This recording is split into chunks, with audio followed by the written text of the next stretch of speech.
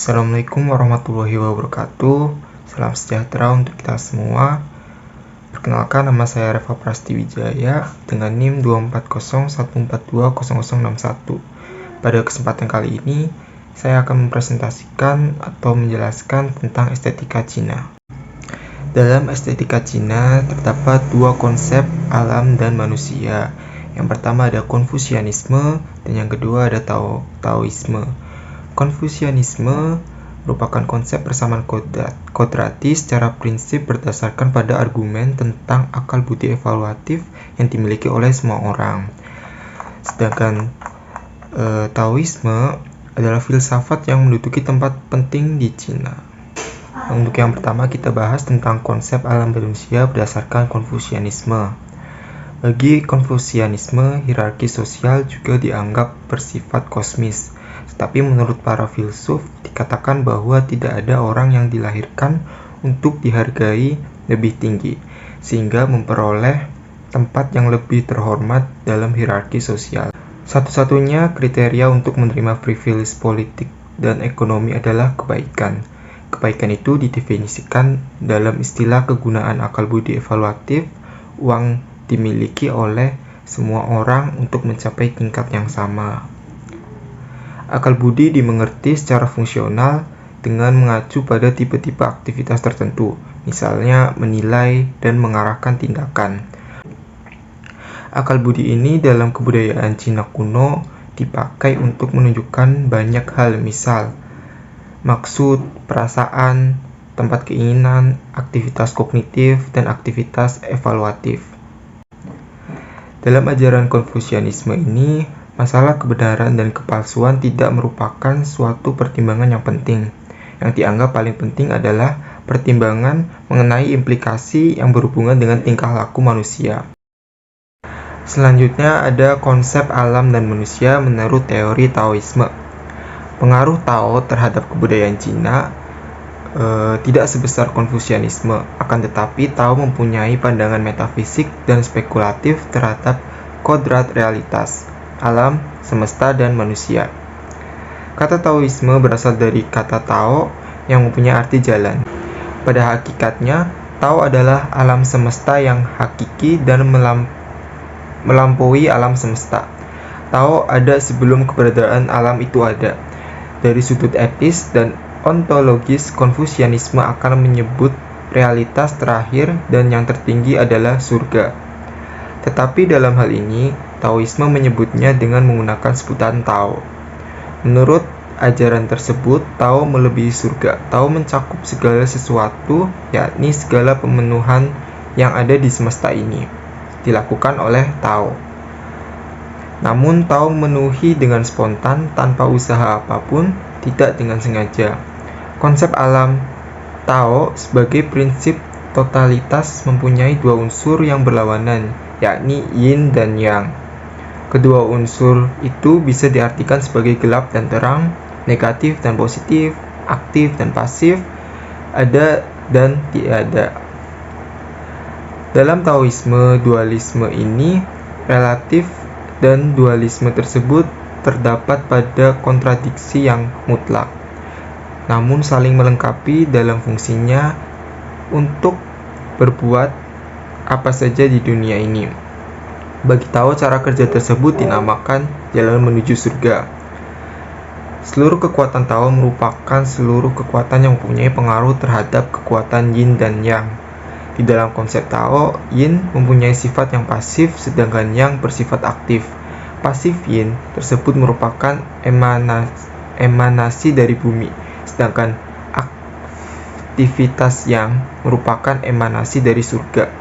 Interaksi antara yin dan yang akan menghasilkan harmoni dan keselarasan. Di sisi lain, Tao menggarisbawahi tentang konsep manusia bahwa kesederhanaan dan kemurnian adalah ciri-ciri yang seharusnya dicapai oleh setiap individu atau manusia. Ada perbedaan antara Konfusianisme dan Taoisme. Dalam Konfusianisme lebih menekankan pada aktivitas sebagai keutamaan untuk mencapai kebahagiaan dan kedamaian. Manusia harus menaati hukum atau kebudayaan masyarakat. Bagi Tao menganggap sikap tersebut merugikan manusia. Etika dan filsafat politik Taoisme bersifat pasif dan negatif, sedangkan pada Konfusianisme bersifat aktif dan positif. Selanjutnya ada prinsip keindahan dalam seni lukis Cina. Di sini ada 6 prinsip. Prinsip yang pertama adalah Qi Yun Shen Tung, yaitu kehidupan yang diperoleh dari keselarasan spiritual, mempunyai makna bahwa dalam diri manusia akan mampu menangkap keindahan dari Tao, yang kemudian diekspresikan melalui karya seni jika manusia mampu mempersatukan diri dengan roh semesta.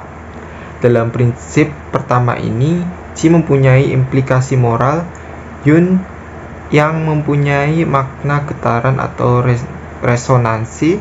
Jika Yun dipadukan dengan Qi, akan mengekspresikan antara kekuatan individu yang vital terhadap kekuatan kodrati, sedangkan Shen Tung mempunyai makna irama hidup atau gerak dalam kehidupan. Prinsip kedua ada Kufang Yunpi. Dalam prinsip Kufang Yunpi ini secara harfiah berarti metode tulang dalam penggunaan kuas. Tulang yang dimaksud adalah sumber kekuatan, sehingga dalam prinsip kedua ini mempunyai makna kekuatan kuas atau stroke brush harus mampu mengekspresikan karakter objek yang ada, atau sapuan kuas harus kuat membawa energi kosmis yang dihubungkan dengan prinsip pertama.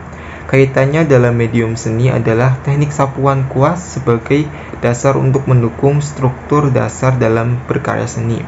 Sedangkan kufa sendiri mempunyai pengertian seni membaca karakter seseorang dengan melihat struktur tulangnya. Prinsip ketiga ada Yin Wu Xiangxing. Sebagai prinsip ketiga mempunyai makna ketepatan dalam menggambarkan atau merefleksikan objek. Bisa dikategorikan dalam seni lukis idea. Konsekuensi terhadap objek yang dilukis lebih mementingkan esensi bukan eksistensi. Dalam prinsip Yin Wu Xiangxing ini menekankan bahwa setiap objek mempunyai bentuk yang tepat.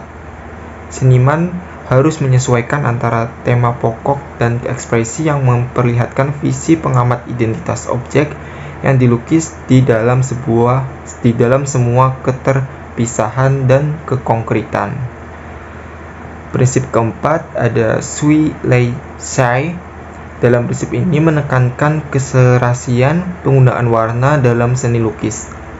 Penggunaan warna dalam seni lukis Cina lebih bersifat simbolisme, bukan fungsional. Selain itu, dalam prinsip ini cenderung menggambarkan tentang keselarasan dalam menggunakan warna. Estetika warna dalam seni lukis Cina ditentukan dengan teknik akuarel, tinta monokromatik untuk mengekspresikan suasana hati. Warna yang digunakan dalam lukisan harus mempunyai sugesti alam dan karakteristiknya, dan setiap objek mempunyai warna yang sesuai. Prinsip kelima ada Qin Ting Wei Qi. Prinsip kelima adalah membuat rencana yang wajar dalam menempatkan bagian-bagian yang dilukis. Penggambaran tentang pengorganisasian, penyusunan atau perencanaan dengan pertimbangan penempatan dan susunan. Perencanakan komposisi dengan mempertimbangkan prinsip-prinsip seni. Komposisi harus dapat menampilkan bagian yang penting dan kurang penting, interval jarak, irama, dan memperhitungkan ruang yang kosong. Kesatuan dari keseluruhan bagian merupakan suatu perwujudan secara tidak langsung doktrin Taoisme tentang harmoni total, dikenal dengan sebutan Qin Ting Wei Qi, yakni kesatuan dalam merencanakan suatu komposisi. Seni Cina tidak mengenal hubungan secara matematis antara figur individual. Secara lukis, seni lukis Cina mempunyai dasar pemikiran bersumber pada Qi. Prinsip keenam ada Chuan Mo Yi Xi. Prinsip keenam ini dihubungkan dengan doktrin Cina menghidupkan jiwa Tao melalui lukisan, yakni dengan menggunakan metode atau meniru suatu gagasan, memindahkan model, mereproduksi atau mencontoh karya-karya master.